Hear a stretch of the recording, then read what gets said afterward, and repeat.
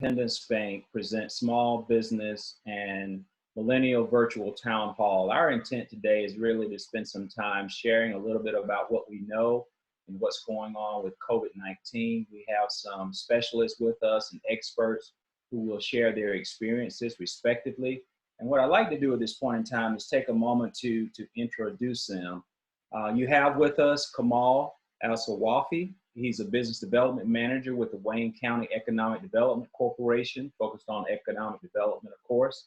He supports business retention and expansion in Wayne County with a focus on logistics, manufacturing, and defense-related initiatives. He holds a Master's of Business Administration and a Bachelor's in Supply Chain Management. Kamal is also proudly serving as a second lieutenant in the Michigan Army National Guard. Secondly, we have Larry Sproul. He's a reporter at WDIV Local 4.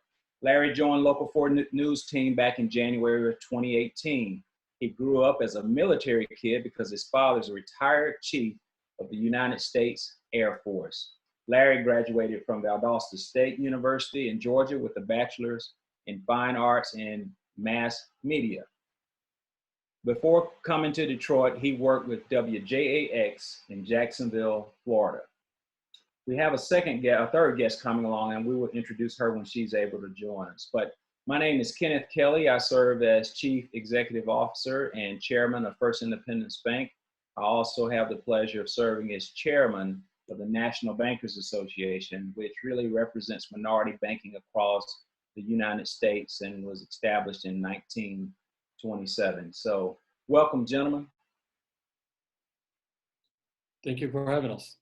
Let me start with you, Kamal. If you don't mind, will you give some remarks regarding COVID-19 and the impact from your perspective, from the seat you sit in, and share with our listening audience?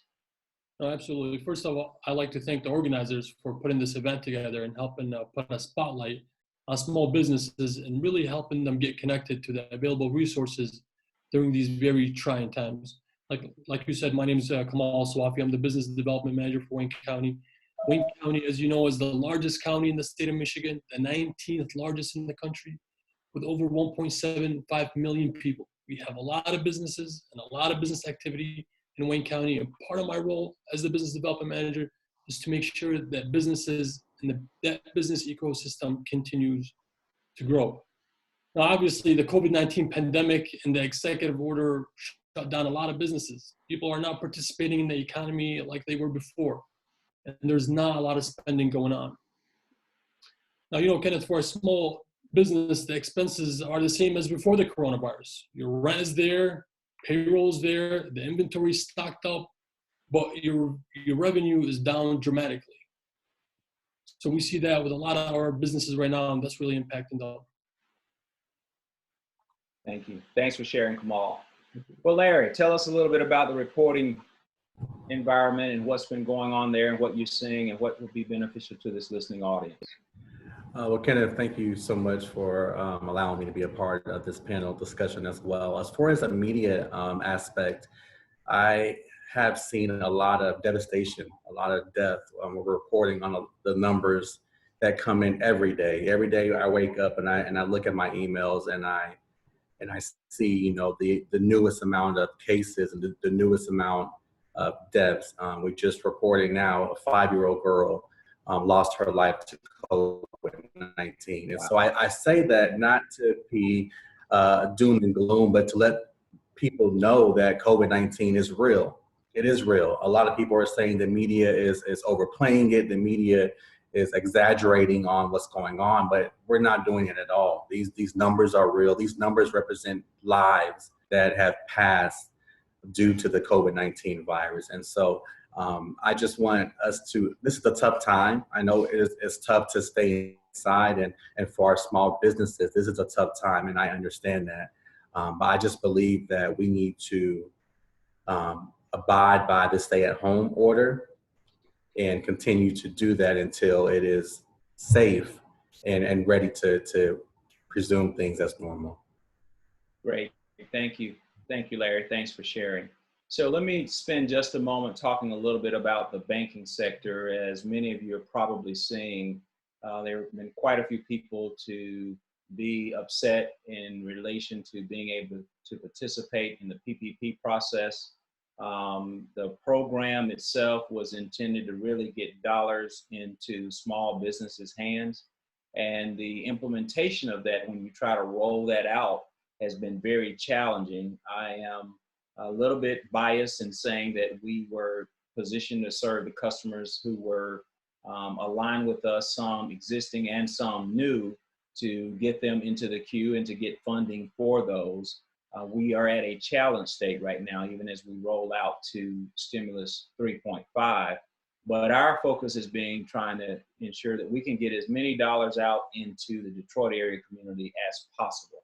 And so our team has been working feverishly to look at mechanisms to assist individuals, small business, proprietors, churches, nonprofits to get the funding that they so desperately needed. So we are doing some partnerships that I can't get into detail on right now, but hopefully we'll be able to deliver and create an environment where individuals who, one, if they're seeking that type of funding, can get that type of funding as needed in this environment. So what I'd like to do at this point is really kind of go to some questions and ask the listening audience. I think we have a nice audience here to really chime in and share any thoughts that they may have or comments they may have.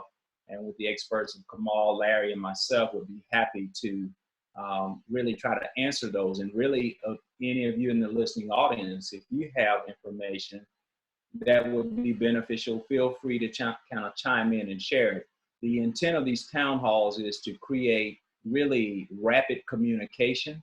And in an environment where we're seeing the guidelines change, I mean, minute by minute and daily, it's hard for one person to really keep up on all of these issues. So it's very important that all of us act more collectively like a community and be sure that we're communicating what we know to be sure it lifts all boats at the same time. So having said that, Kamal, what would your advice be to a small business being in economic development who may have not gotten a chance to get to the table and receive PPP, who's wondering about when they'll get a chance to go back to work if they're not a critical business? What's your advice to them at this point? So what we did, Kenneth, at the beginning of this crisis, we, as the business development manager and in our department, we sent out a survey to all the businesses in Wayne County. Within the first couple of hours, we had over 250 responses to our survey. And what we really learned from that survey is that these small businesses, they're really, those that employ between 5 to 8 employees, they're looking for about $20,000 to really get them through this timeline. And then, one thing we know about different government programs is that they're very slow. So what we wanted to do, and within about the first 2 weeks, we partnered up with TCF Bank to create a microloan program, really fast, rapid microloan program to get cash in people's hands.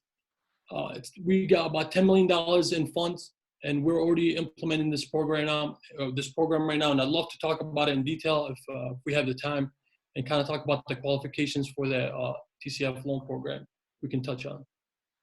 Great, thank you. Thanks, Kamal. Larry, from your perspective, from the media perspective, you're getting the report and see things that are going on a daily basis. You talked a little bit about the life issue, which is, one we're all concerned about.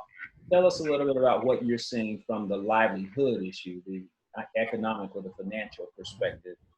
Can you give us some insight from that perspective? Yeah, sure. So it is no secret that it's really the city and the state is shut down, and it's really shocking to even drive through downtown and different parts of Detroit and not see really a single car or person on the road, which goes to show, that in a way people, are definitely taking this very seriously, especially with the at-home ban. But then you have like the protests that happened this last week, where people are exercising their freedom of speech, which is understandable. So you see both sides of this issue from a media perspective. And so it's like I just go to, like mentioned earlier, it's just like you guys, you see the numbers, as the amount of cases, the amount of deaths, but from a media perspective, I'm actually seeing those numbers as real people and hearing stories of the families who are affected. So that plays a different perspective, a different mentality from the media perspective. Great, thank you. Thanks, Larry. We have a guest that many of you may know, and I'm going to call on her. Gail, you want to unmute?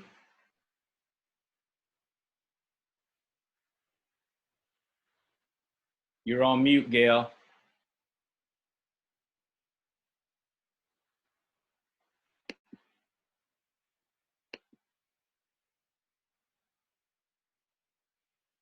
Sorry, I can't hear you, Gail.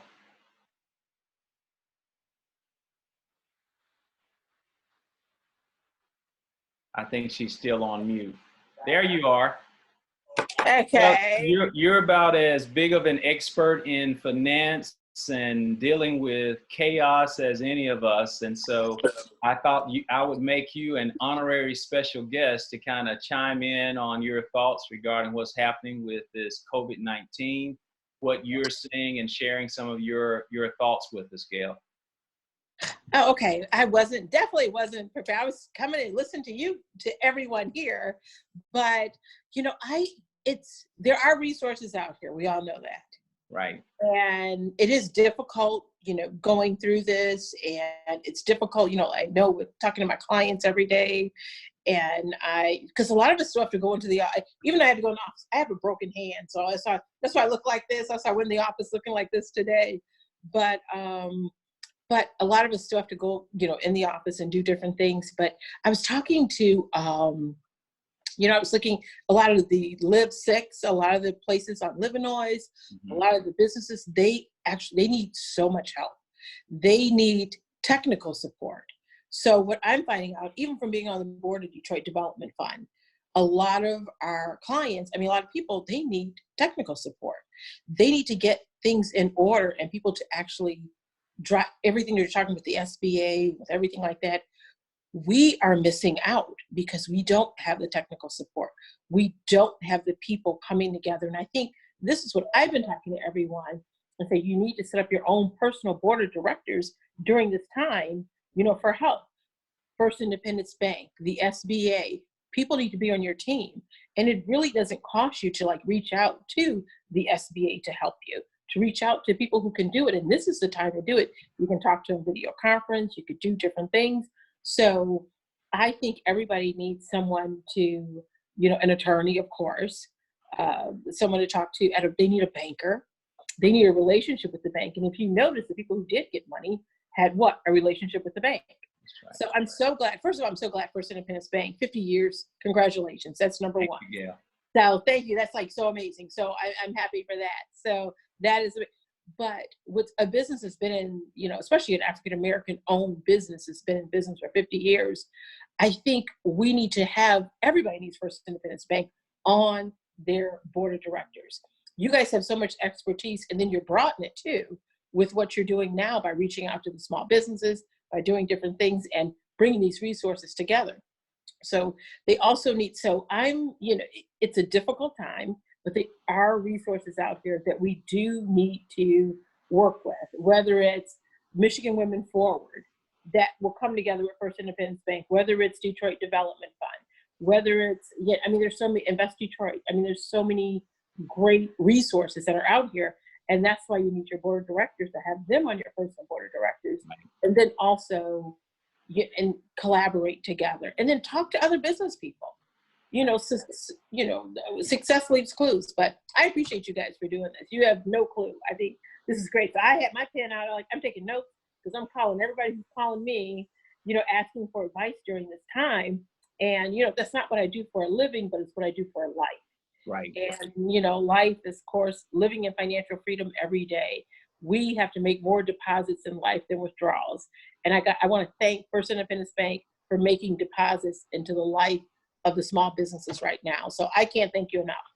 Thank you, Gail. Thanks for being so impromptu and joining us and sharing your comments. And you said something that is profound, which is we all have to think about who's on our, quote, board of directors. Yes. We normally put that in the cachet of you have to be very sophisticated and a big business to have a board of directors, but to break it down to very common street level terms, you just need some people time to bounce things off of, to give you guidance and help you to understand how to govern your business. And that's what Gail is talking about. And so I just want to thank you for bringing that point up and helping us really focus on that, because at this point in time, we typically have a tendency to close up and to, hide out of shame and out of, not wanting to be embarrassed. But the reality is you actually need to do the opposite, which is to engage versus to try to become more passive during times like this. So the discussions we're having here are an example of that. And Gail, thank you for bringing that up. Let me I had a couple of people to bring up comments. Jeremy Thomas asked, is the Small Business Administration helping these businesses? I have a personal relationship with Connie Logan Payne, who is there, the regional director of the Small Business Administration. She is very passionate about this, and I know she's been listening to events like this to chime in. They are there to help. They have resources who can help you. I would say feel free to call the Small Business Administration and reach out to them. In fact, ironically, I know their email address by heart. I think it's SBA or Michigan@sba.gov, I believe it is. So that's it. You have to look it up, but I think it's Michigan@sba.gov, and they will be willing to help you. So thanks for asking that question, Jeremy. In the meantime, as I'm looking at other questions, Kamal, if you don't mind, can you give some qualifications to participate in the program you talked about? I don't remember the exact amount, but help us to understand, this listening audience, what it would take to qualify for the program that you mentioned. Absolutely. And so about 3 weeks ago, Warren Evans teamed up with the private sector, with TCF Bank specifically, which, like First Independent Bank, is a great customer-focused SBA lender with a lot of experience. Through that partnership, we announced an up to $10 million fast awarding micro loan program for small businesses in Wayne County at incredibly favorable terms. These are microloans between $5,000 and $50,000 for companies or nonprofits. We understand nonprofits are also the pillar of our community. Right. With less than 100 employees or making $1 million or less in revenue. They must be impacted by the coronavirus by 25% or more, which should not be hard in these times. The interest rates are between 0 and 2%. Let me say that again, 0 to 2%. Interest, it's only interest only for the first 6 months. It's a 12-month loan with a balloon payment at the end. And the company must be in business for 1 year. It's a simple one-page application. There is no application fee, no closing costs. Really, the intent of this is not to sell a loan, it's to help small businesses. And Gail, you brought up a good point about really kind of walking through the different resources. We see a lot of resources out there, right? Right. How you navigate through the different resources, or even sometimes grants. So what we did, if you go to waynecounty.com, click on the economic development page, you'll see a map of Wayne County with different business development managers, with a business development manager assigned to your area. And then you can send them an email, talk to the business development manager. They'll help walk you through the different resources. So maybe the TCF Wayne County Loan Program is not the best option for you right now. Maybe it's a grant that's available. And then things are changing so fast. It's good to really talk to a person and then that can help you navigate through these things. And the grants, sometimes a lot of businesses, forget that some of these grants, the PPP I know is not, but some of them are taxable. So this is it could be considered a taxable income that these business owners are not planning for. So it's always good to talk to somebody that can help you walk through and navigate the different loan programs. Great, thank you. Thanks, Kamal. Donald Snyder, thank you for joining us. I don't know if you can hear me. You want to unmute and share your experiences. You have a wealth of knowledge about businesses and any advice you'd like to share with this listening audience.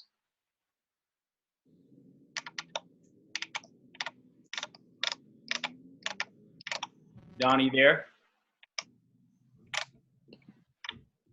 Hello? Yes, you're on. Okay, great. Thank you. Thank you for inviting me. We're just interested with my nonprofit CBA Formula. really trying to help a lot of the participants that are applying for the loans and grants. We really help them fill out their information. And because there's a lot of confusion, a lot of people think they can borrow money directly from the SBA. They can't. They got to use some type of banking or financial institution to do that. So we're here to provide that. Some small businesses do not have a P&L statement, or they don't know exactly what area on the tax return that they need to show where their payroll started and their payroll ended. So we're just here to help those people out and provide a service, and I'm just tuning in to see how we can be assisted. Great, thank you. Thanks, Don. I believe we have, is it Jeannie Wardford with the Kellogg Foundation? Jeannie, are you on? Hi, yes, this is Jean Wardford. I think this is absolutely wonderful what you're doing in terms of trying to provide as much information and resources as we can for small minority businesses, particularly those, who have like under 10 employees. I think the first thing that I think we should help them really understand is that the money doesn't come from SBA, it comes from the banks. The SBA is a loan guarantee. And so the banks actually have to have the funds for that. And so I think that's really critical for them to really sort of like understand the type of assistance that they will get from SBA. And I don't know if Connie is on the call or not.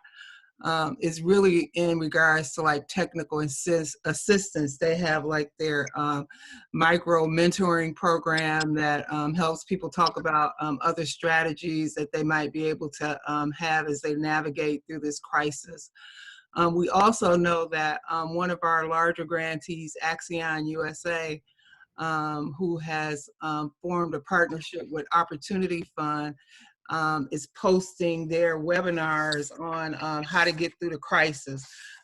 They have told us that right now they've had over like 3,000 people participate, and they're dealing with how to handle finances during crisis, cash flow, and fraud prevention, which is really big right now. There are a lot of organizations or individuals who are saying that they have the inside track for this PPP, but that's not really true. And so we need to warn our small businesses about that they have to really work with reputable organizations like Donald talked about and like Gail talked about. In LA, we know that they did a fund and they had $15 million. The fund shut down in 28 minutes. They had over $41 million in requests. We are hoping that small businesses in the midst while we're waiting for the next stimulus to come out are getting prepared, are understanding what papers they have to have available, and they also should understand their eligibility. And the biggest thing I think around eligibility is that what most of the lenders are looking at, and Ken, you can talk about this probably better than I can, but what they've been telling me is that the businesses who are in trouble because of COVID are getting first consideration, not businesses that were in trouble prior to that. So I think that those are really like some important facts to make sure that we, have really clear expectations and transparency around how we get funds to those people who really need it, and particularly those people that we care about. Great, Jean, thank you. And this is exactly the example we want to set here, where individuals bring new knowledge to the table and we can share in that. I really appreciate you for stepping in and doing that. I think we have William. Go ahead. I'm sorry. Ken, I just want to make an announcement to the group, and I know you may not do it, but my good friend, Dr. Bill Picard, called me last week, and he's very happy that he got his PPP and he got it from First Independence Bank. Just want you to know that. So, Ken. It's not my place to say that publicly. I know, but I want to say it for you, brother. He was very happy, and he got his money last week. Well, we are here to serve, and that's our goal. So I appreciate you acknowledging our team and the work that they do. Dion Williams from the Governor's Faith-Based Program. He's the director there. Dion, are you on?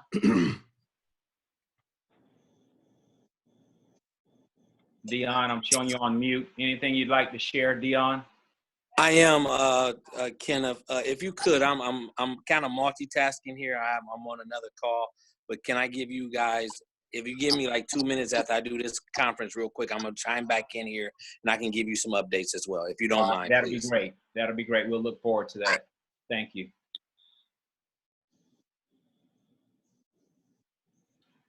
Larry, anything else you'd like to share with us from a media perspective? Things that we can do as the public that can help you do your job better, help keep us informed, help keep us safe?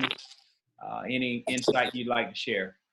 When it comes to small businesses, I always believe in telling the people's story. And so if you have a business who is doing something during, this COVID-19 time, or even afterwards, a lot of small businesses, restaurants we've been highlighting, they've been feeding first responders. And so that's one way to kind of still, remain in the forefront, although your business may be shut down at this time. But if you're doing something positive or doing something that can be highlighted among the COVID-19 crisis, and that's one way that you and the media, for myself, can join partnerships and do something or help tell your story in that highlight and that spotlight. So that's one thing that I have been doing a lot, is reaching out and having small businesses or partnerships reach out to me saying, hey, we're doing this. And that's one way that you still get that, I guess, that advertising or spotlight to kind of help things balance out while your business is closed during this COVID-19 crisis. Great. Thank you. Thanks for sharing. So the essence of that is, if the people on this call, if you have a story that you think needs to be told, Larry is a guy who can help us ensure that story gets the sunshine that it needs, and hopefully reverberates in our community and help us communicate. So thanks, Larry. Thanks for offering that. We have Cal Bartel on the line. Cal actually is one of our Millennial Advisory Board members. Cal, you've been involved with nonprofits and the movement you have going on. You want to tell us a little bit about that and the impact from a COVID-19 perspective? Sure. Yeah, can you guys hear me? You're loud and clear, man. You got a radio voice. Talk to us. Okay, awesome. I was gonna ask Larry if he didn't mind sharing his email address, probably in the chat or something, where people can send you a link for those stories and stuff. Sure, I'll put it in the chat right now. Awesome, thank you. Yeah, so it's been quite the roller coaster, but our focus over at Sit On in Detroit is really to make, some everlasting impact to ways in which we can still continue to help. And so for those who don't know, we've been spending the last 6 years providing benches at bus stops around the city of Detroit and distributing literature throughout those different benches that we have across the city. We've now shifted gears, and we started this back in mid-February, just kind of trying some things out because we noticed that there was kind of a lack of certain basic necessities for folks, for just providing dry canned goods to different neighborhoods where we actually do have benches. And so we were fortunate enough to be able to raise close to about $1,100 last week through bench sponsorships and just people making in-kind donations for us to go and purchase food to redistribute out into close to 7 different benches in Detroit right now. And as we look to scale that up, this is just like a new practice for us that's allowing us to give back to continue to give back to our community, even though that we can't do it collectively like we normally do with having volunteer groups and things like that. We're able to participate through food drives and give people, just some access to basic necessities of life. And so this is something that we're going to continue to do, and I'll share that as well, kind of via this Zoom call. But yeah, it's been a good way for us to really make the necessary adjustments that we needed, but also and not being solely dependent upon, you know, what checks may come through the mail from the government, but also from a small business perspective, making those adjustments in your business, because right now we're being forced to be tech driven. And that's also something that was mentioned in the last meeting, in the last town hall, that, you know, was really valuable information, and something that I'm looking to streamline more into how I, you know, drive my online business and make the necessary adjustments so that I can fully understand, you know, other markets and really get a grasp of how you can still, you know, run and operate your business from your home, and coming up with different strategies on how to do that. Because I think, you know, in this world that we're living in, and we're forced to be, you know, in this together, being stuck at home, I think there are strategic ways in which you can still run and operate your business and generate revenue from home. Right. Well, thank you. Thanks, Cal. One of your part of your comment is a great segue. We have a question from Miles Miller. Once we're on the other side, and I'm going to ask you, Kamal, to chime in. It says, once we're on the other side of this crisis, what are some things that small businesses can do now to put themselves in positions to be healthy and prosperous? That's a really good question. So before this crisis, as business development managers at Wayne County, we have a lot of tools to help businesses in Wayne County get from good to great. One of them, and you're familiar with that, Kenneth, the SBA 504 loan, the SBA 7A loan. These tools are really good to help expand your business, purchase inventory. We work with the SBDC to help, whether you're just starting a business or you need coaching or market research. There's a lot of tools that are available for small businesses. So we definitely love to help you out. You can contact me directly or your business development manager in your area, and we can help guide you through those resources. Great. Thank you, Kamal. I'm going to call on another celebrity himself, Mark Lee. As many of you may know, Mark actually hosts the show on Sundays, and I'm going to let Mark kind of jump in and chime in. Mark, you heard that question, I hope, and any other points you'd like to share with us, we'd love to hear from you, Mark.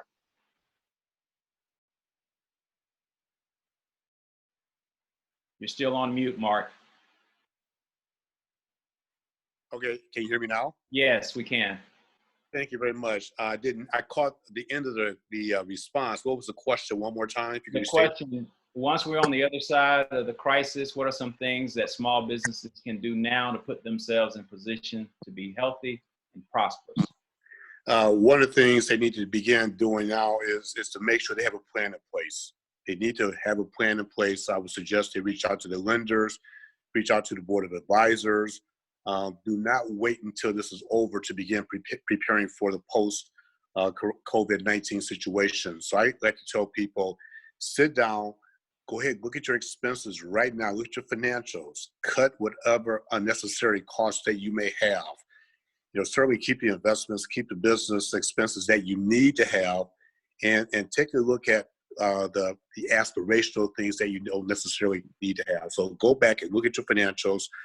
Make sure that you have a plan in place right now, looking at the sources of business, looking at the clients that you may have. Reach out to your clients right now, which is what I've been doing. I'm also a business owner. I reach out to my clients once or twice a week, letting them know that I'm there for them, that, you know, I'm there for you, and I look forward to working with you when we come out of this. But I also like to restate to them that we're all in this together. Right. So bottom line is, reach out to your clients, make sure that you have a plan in place. And the third thing is look at your expenses and control those expenses right now, and identify, fourthly, potential sources of revenue to help get you back on your feet. That's great advice. And I'm sorry, I got to reiterate, because one component that you mentioned that is extremely hard to do is to give up some of those expenses that we know we should give up for the sake of brighter day tomorrow. You just get in the habit and you just don't want to let some of them go, and they're not, you know, sometimes as material to you as you think. And so that is good advice, Mark. Thanks for sharing, Mark. Absolutely. Thank you.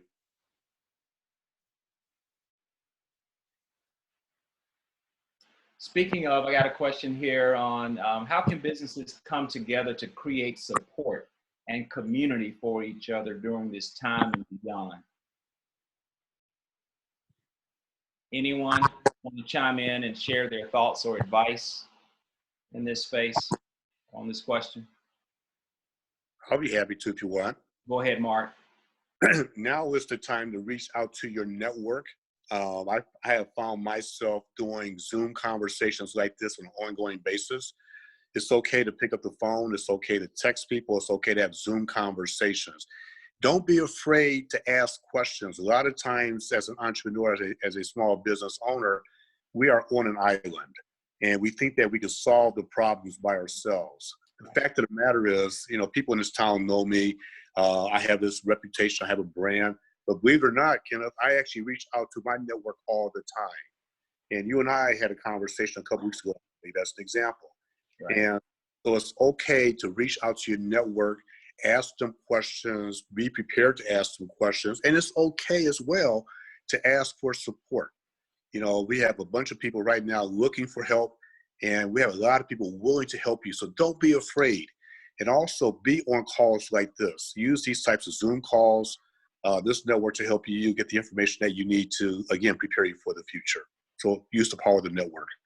Great, great. Thank you, Mark. We actually have one of our guests that has joined us now, Catherine Brown. Let me just take a minute to thank you for being here, Catherine, to introduce you, and we'd love to hear from you. You all may know Catherine is the engagement manager for Let's Detroit, part of the Detroit Regional Chamber.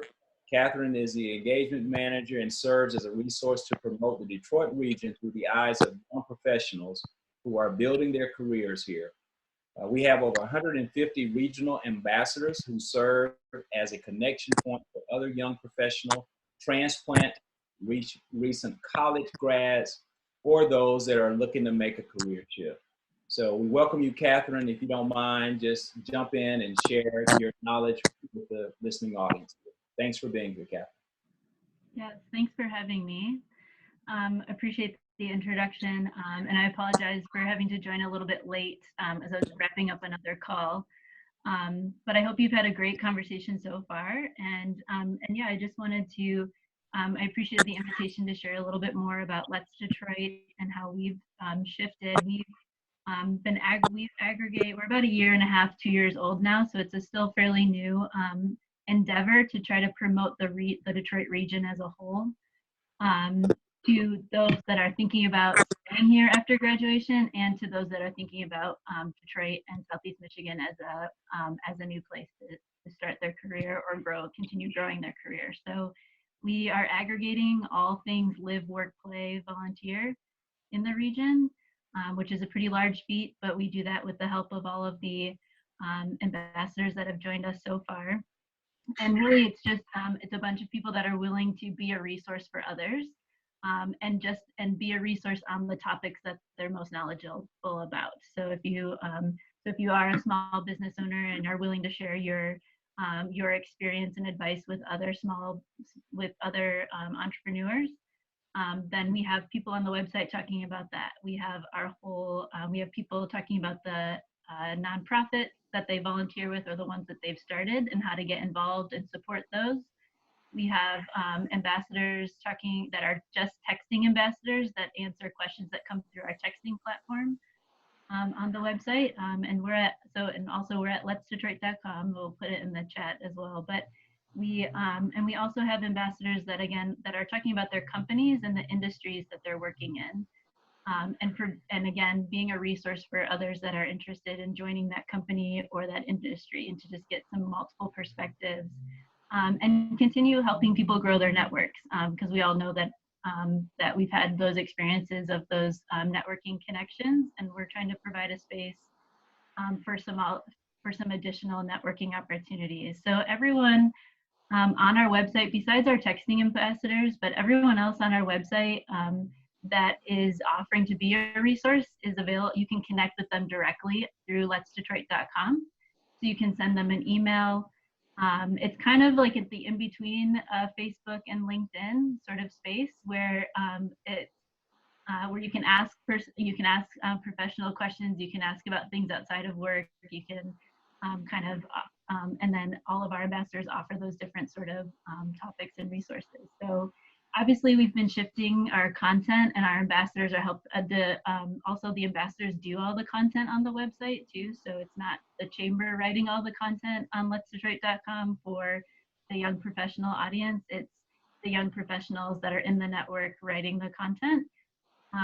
And Ashley Williams is one of our ambassadors who I know is on the call tonight, and who had invited me to join tonight. So she's one of our ambassadors, and obviously we really like to support the work that she's doing and make sure that more people know about that. And then she's obviously been a super huge resource for Let's Detroit as well. So so we've been shifting our content to you know, from what museums and art galleries are doing virtual options right now, to virtual fitness and yoga classes, to which restaurants to support right now for their takeout options, and which small businesses are still open that you can order things online from, things like that. And we're continuing to share the ways that different ambassadors are getting involved in their communities, and which mutual aid funds they're supporting, and how to get involved with those. And just we're kind of the hub, trying to also be like a hub for a lot of information right now. So Right.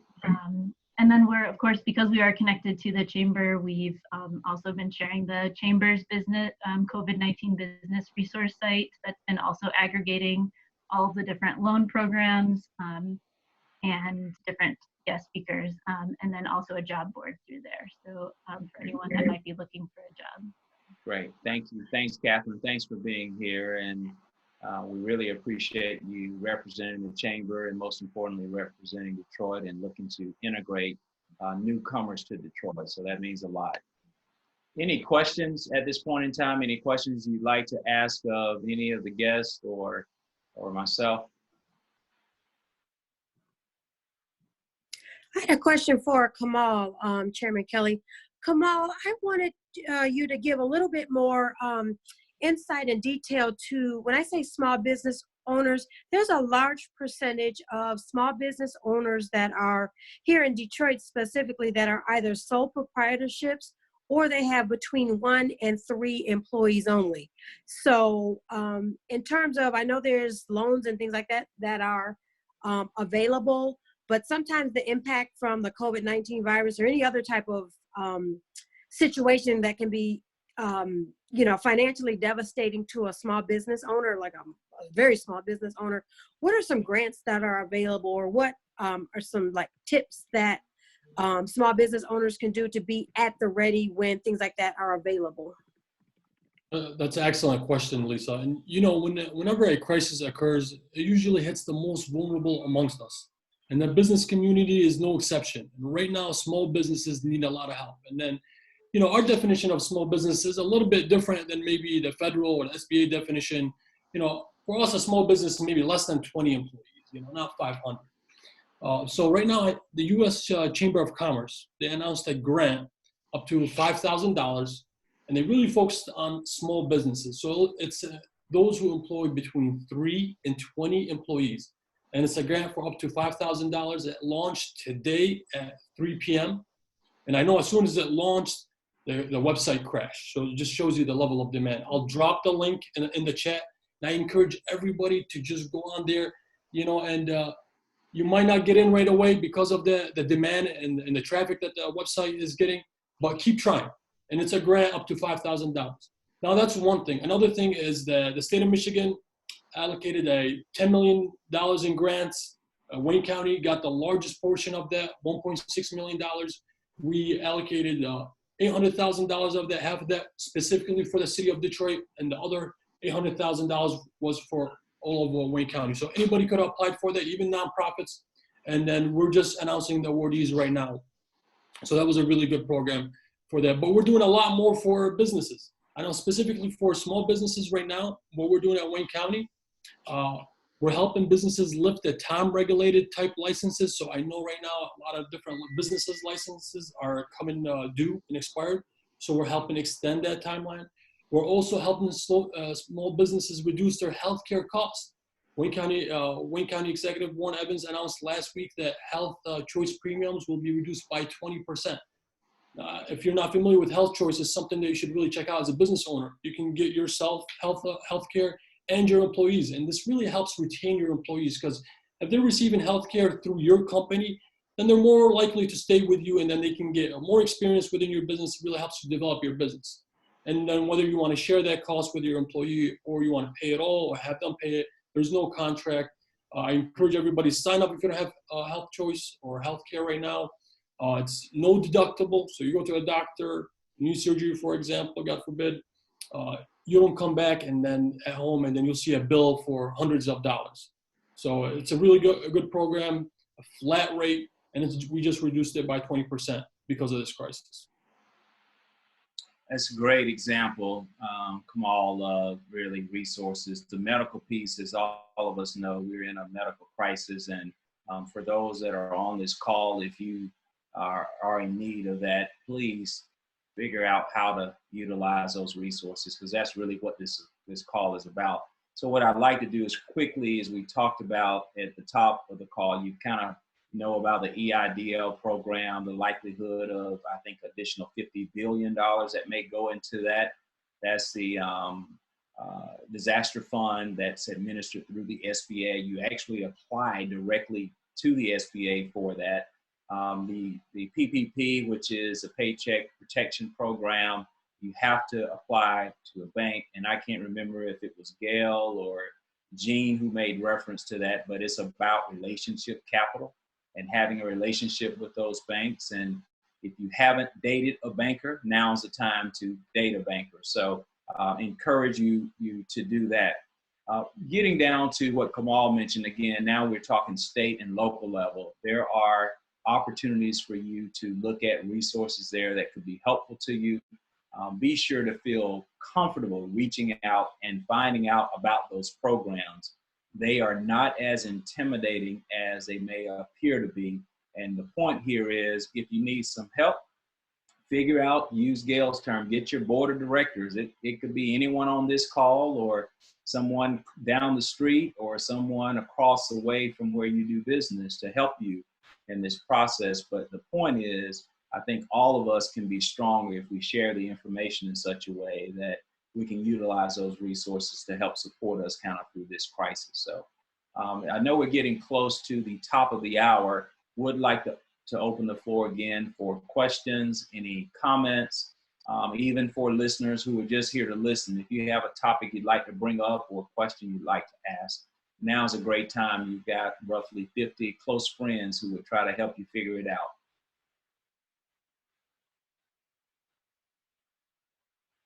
Mario, are you still on by chance?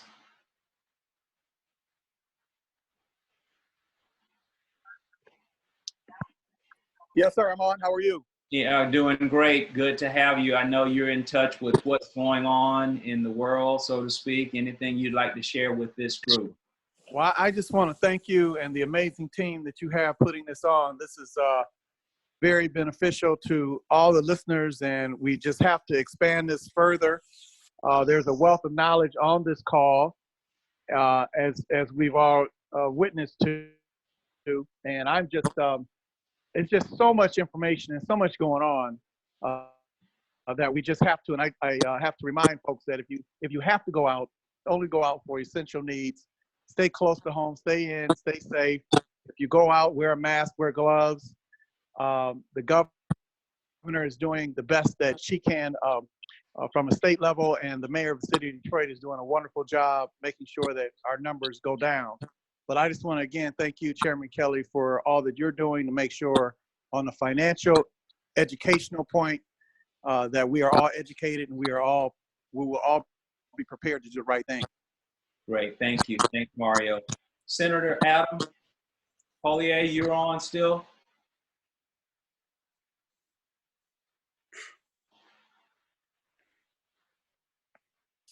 Maybe he's no longer with us. All right, Dion, you're back. Absolutely, sir. Absolutely. And I just want to thank you, Kenneth, for what you're doing and full support of you, First Independence. I want to embody what Mario just spoke about. Having this type of conversations are very essential to our community. The governor, as well as myself and others staff members, get bogged down with things, trying to make sure that our residents get the resources that they so richly deserve and in need. You know, my motto is bringing resources to the people and people to the resources, and making sure that we have that connectivity going on.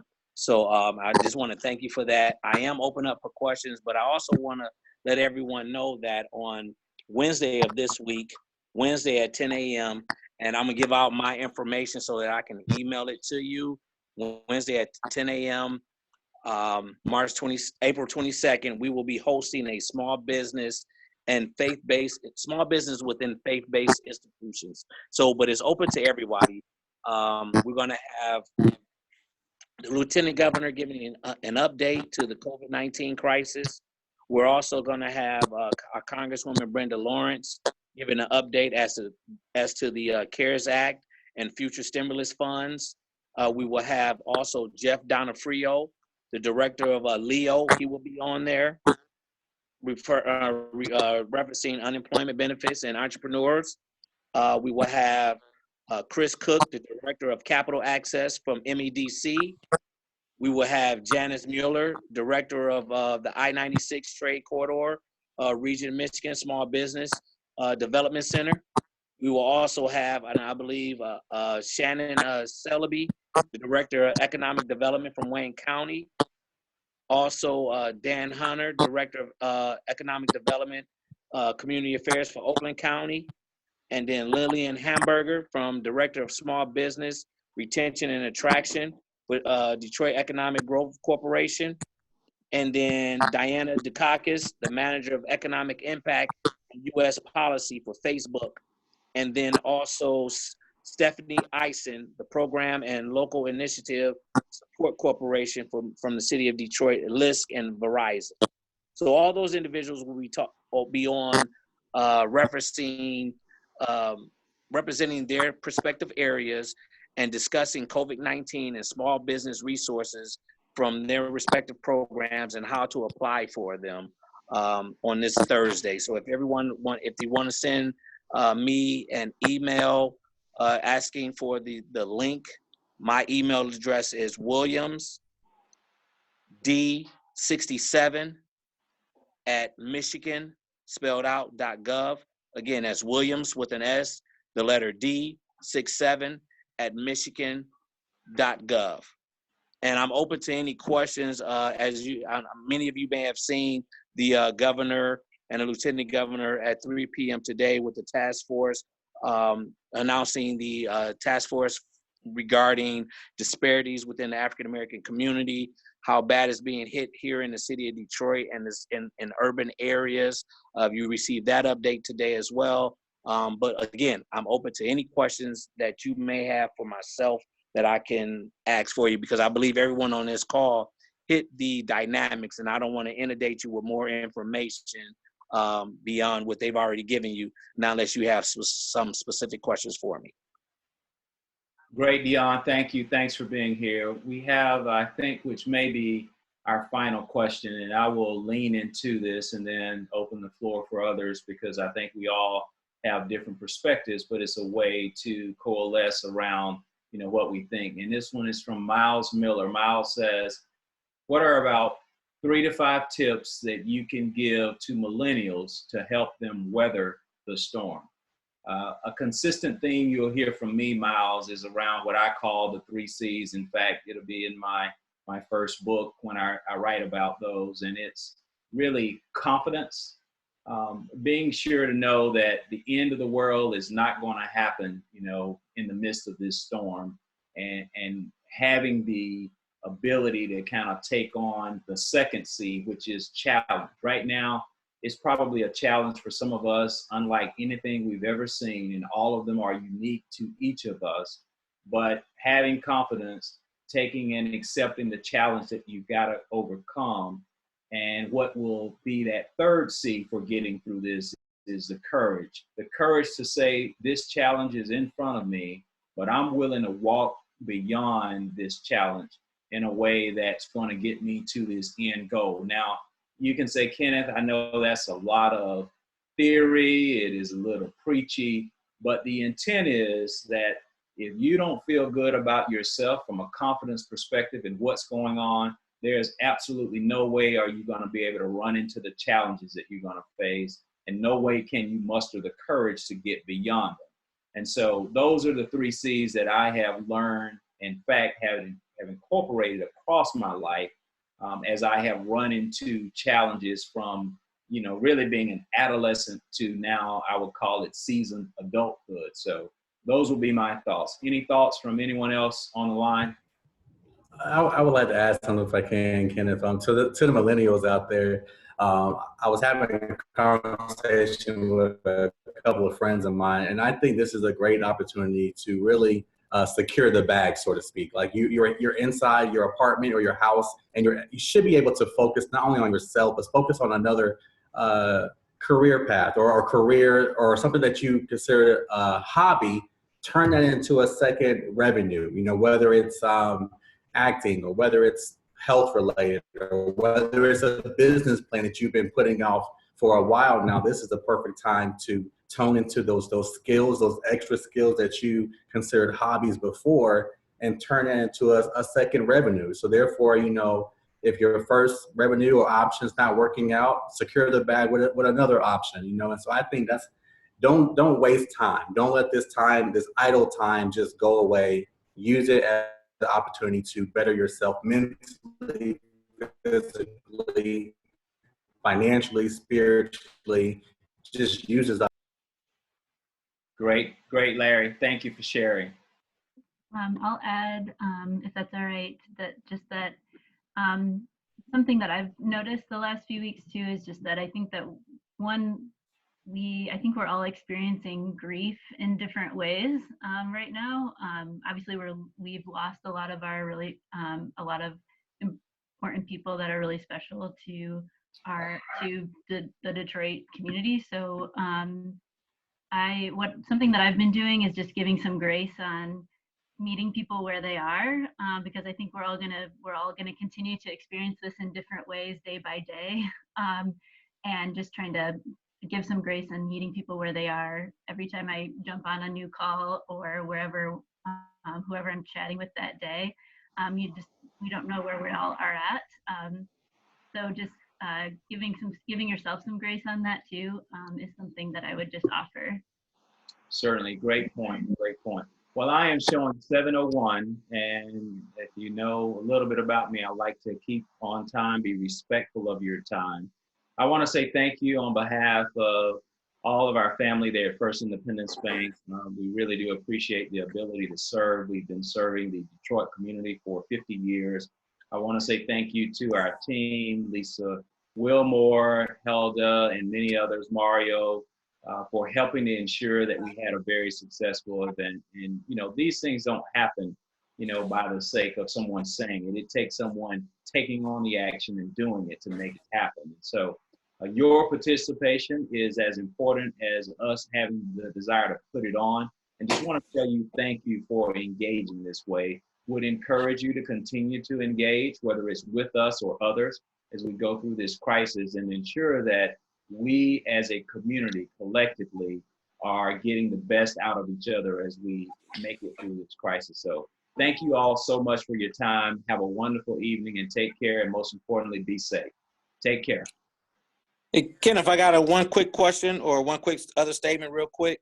Yes, I would just remind everybody during this time of COVID that we take a time out and we go ahead and we complete our 2020 census, because that does bring resources back to our region, most needed resources, most federal resources. If you haven't done it, you still have time right now to go ahead and fill out your 2020 census online, mail it in, do what you got to do. And again, stay home, stay safe, stay quarantined. All right. Thank you, Dion. You all take care. Good evening.